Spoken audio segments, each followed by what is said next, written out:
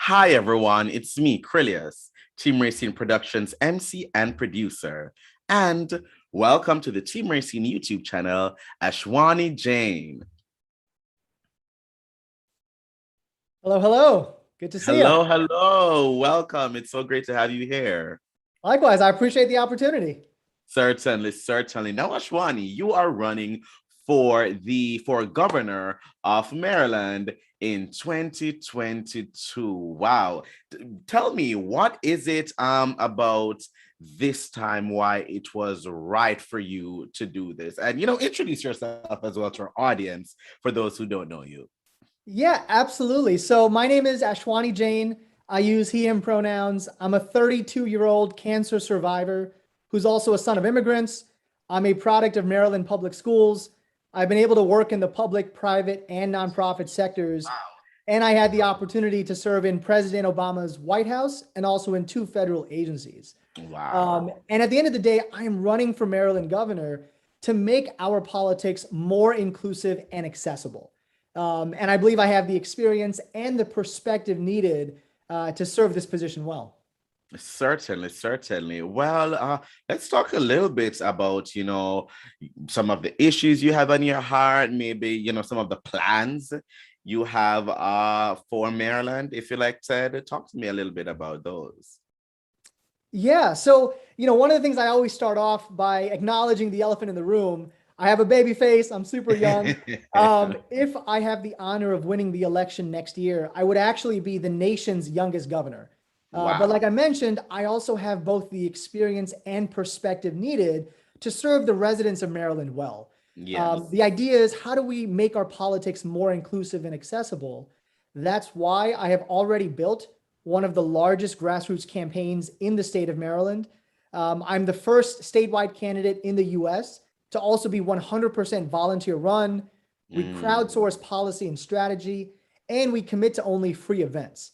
And so those are, things that I think are important in terms of how you run a campaign, but also how you run your government to include more voices in the process.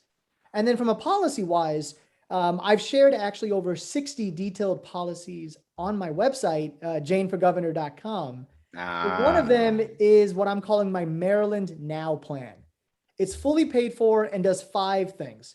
It eliminates the state income tax for 95% of Marylanders. It will make Maryland the very first state to make public transit completely free. It's going to create the nation's very first guaranteed jobs program for anyone who's struggling to find work. It's going to legalize marijuana and expunge records at the same time. And then finally, a big piece of that is imposing anti-corruption measures that really aim to get money out of our politics. Certainly. And excuse me, sorry about that.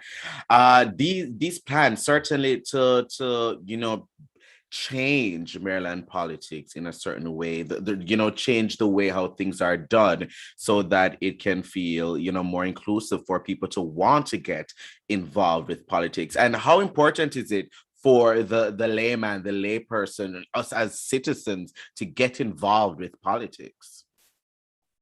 I mean, I think super important, right? Because at the end of the day, you are going to be impacted by the policies that are enacted by elected officials, right? You're going to be impacted regardless. And so my argument is, might as well get involved.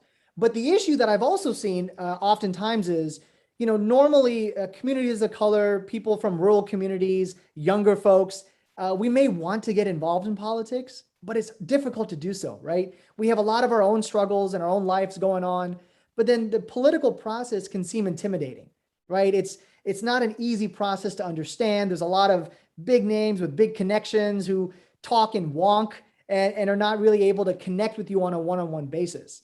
And that's really, for me, on my campaign, I've really made it a forefront to say, not only am I going to talk about policies in a comprehensive, genuine way and have full transparency by putting these all on my website for people to actually look through, how is he going to pay for these things? What is he going to accomplish?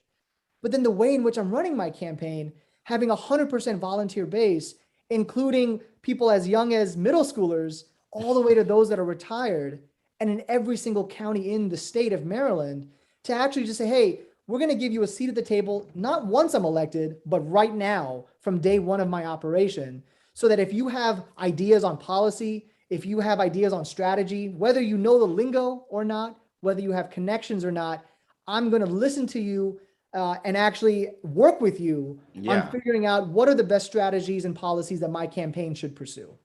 Certainly, certainly. And Ashwani, tell me, and I'm sure viewers would like to know, what makes you the best choice for being governor of Maryland? At the end of the day, it's because I have both the experience and the perspective needed to serve the office of the governor well.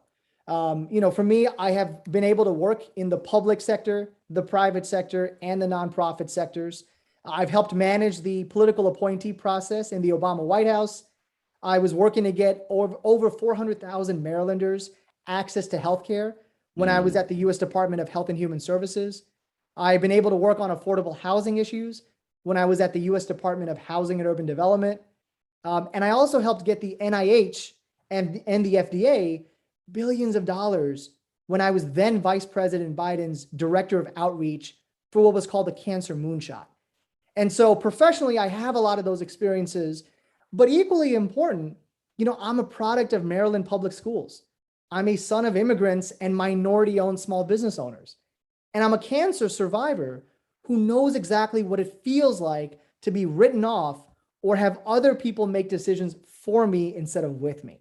Yeah. And when I speak with residents across the state and people honestly across the nation, they want an elected leader who has both of those kinds of experiences, who has a similar lived experiences to what they're going through in their lives, and are going to really listen to them and make sure that they are heard in every step of the way. Certainly. Thank you for that. Now, when does voting begin for Governor of Maryland for 2022? So June 28th is the primary. I'm one of 9 Democrats running in our field. Our current governor is termed out, so it's a completely open governor seat. But yeah, June 28th of 2022 is the primary date. Awesome. And if people want to keep up with you, keep up with your campaign, volunteer, support, find out more, how can they go about doing that? They can visit my website, janeforgovernor.com. I have full details about my professional experiences, my personal lived experiences, about 60 plus policy proposals and memos, and then opportunities for people to get involved, get engaged, and also just have a one-on-one conversation with me. So I would definitely urge people to go to janeforgovernor.com and then find out more that way. Okay, awesome. Certainly, certainly. And I wanted to let everyone know that the link to that will be in the description just below this video. And if you want to make sure that you are vote ready come 2022, you can text Team Racine to 40649 that's on behalf of HeadCount.org. Once again, text Team Racine to 40649. Check your status, register to vote today. Ashwani, thank you so much for joining me. It has been such a pleasure, and I wish you best of luck on your campaign. Thank you so much. I really appreciate the opportunity and looking forward to staying in touch. Certainly, certainly so. And to our viewers, thank you for watching. Bye, everyone.